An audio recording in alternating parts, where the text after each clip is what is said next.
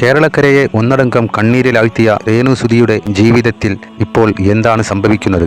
കഴിഞ്ഞ ദിവസം സോഷ്യൽ മീഡിയയെ ഒന്നടങ്കം ഞെട്ടിച്ചുകൊണ്ട് രേണു ഫാനിൽ കെട്ടിത്തൂങ്ങി എന്ന തരത്തിലുള്ള വാർത്തകൾ പുറത്തു വന്നിരുന്നു.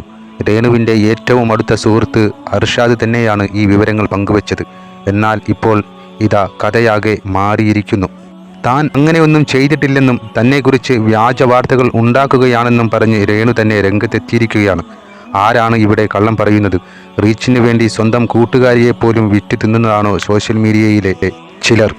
രേണുവിൻ്റെ കടുത്ത ആരാധകരെയും സുഹൃത്തുക്കളെയും ഒരുപോലെ ഭയപ്പെടുത്തിയ ഒന്നായിരുന്നു അർഷാദ് എന്ന വ്യക്തിയുടെ ആ വീഡിയോ.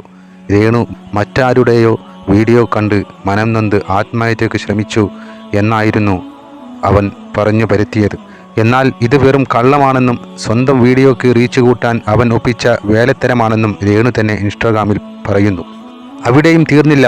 ഈ അർഷാദ് എന്ന വ്യക്തി രേണുവിൻ്റെ വളർത്തുമകനായി എല്ലാവരും കാണുന്ന കിച്ചുവിനെതിരെ തിരിഞ്ഞിരിക്കുകയാണ്. കിച്ചു രേണുവിനെ അമ്മയായിട്ടല്ല കണ്ടിരുന്നതെന്നും മോശം കണ്ണോടെയാണ് നോക്കിയതെന്നും വരെയുള്ള അതിക്രൂരമായ ആരോപണങ്ങളാണ് അവൻ ഉന്നയിച്ചത്. വെറും റീച്ചിന് വേണ്ടി രോഗശയ്യയിൽ കിടക്കുന്ന ഒരു സ്ത്രീയെയും അവരുടെ മകനെയും ഇങ്ങനെ വലിച്ചു കീറാൻ ഇവർക്ക് എങ്ങനെ മനസ്സ് വരുന്നു? ബിഗ് ബോസ് താരങ്ങളായ അനുമോളും ആദില നൂറയും കഴിഞ്ഞ ദിവസം രേണുവിനെ ആശുപത്രിയിൽ പോയി കണ്ടിരുന്നു. കീമോതെറാപ്പികൾ കഴിഞ്ഞ് അതീവ ഗുരുതര അവസ്ഥയിലാണ് രേണു ഇപ്പോൾ ഉള്ളത്.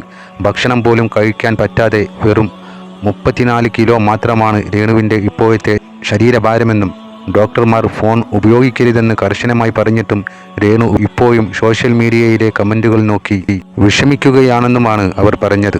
ഇവിടെയാണ് ഒരു കാര്യം പ്രേക്ഷകർ ചോദിക്കുന്നത്. കിച്ചുവിനെതിരെ കട്ടിലിൽ കിടന്നുകൊണ്ട് തെറി വിളിക്കാനും ഭീഷണിപ്പെടുത്താനും രേണുവിന് സമയം കിട്ടുന്നുണ്ട്. എന്നാൽ സ്വന്തം മകനെ പോലെയുള്ള കിച്ചുവിനെ ഒന്ന് ഫോൺ വിളിച്ച് മോനെ നീയൊന്ന് ഇങ്ങോട്ട് വാടാ എന്ന് പറയാൻ എന്തുകൊണ്ടാണ് രേണുവിന് സാധിക്കാത്തത്? അവിടെയാണ് രേണുവിൻ്റെ ഈഗോ വിലങ്ങ് തടിയാവുന്നത്.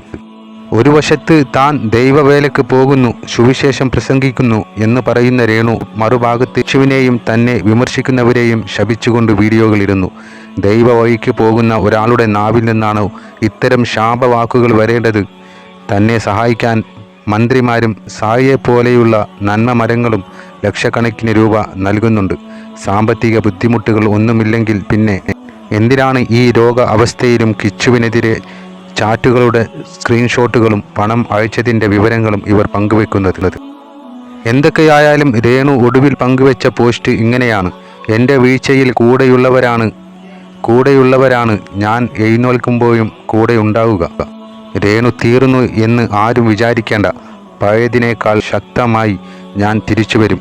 അതെ രേണു, നിങ്ങൾ രോഗമെല്ലാം മാറി ശക്തമായി തന്നെ തിരിച്ചു വരണം. പക്ഷേ ഈ സോഷ്യൽ മീഡിയ വിവാദങ്ങളും വഴക്കുകളും നിർത്തി ബൈബിളും വായിച്ച് സമാധാനത്തോടെ ഇരിക്കാൻ നോക്കൂ.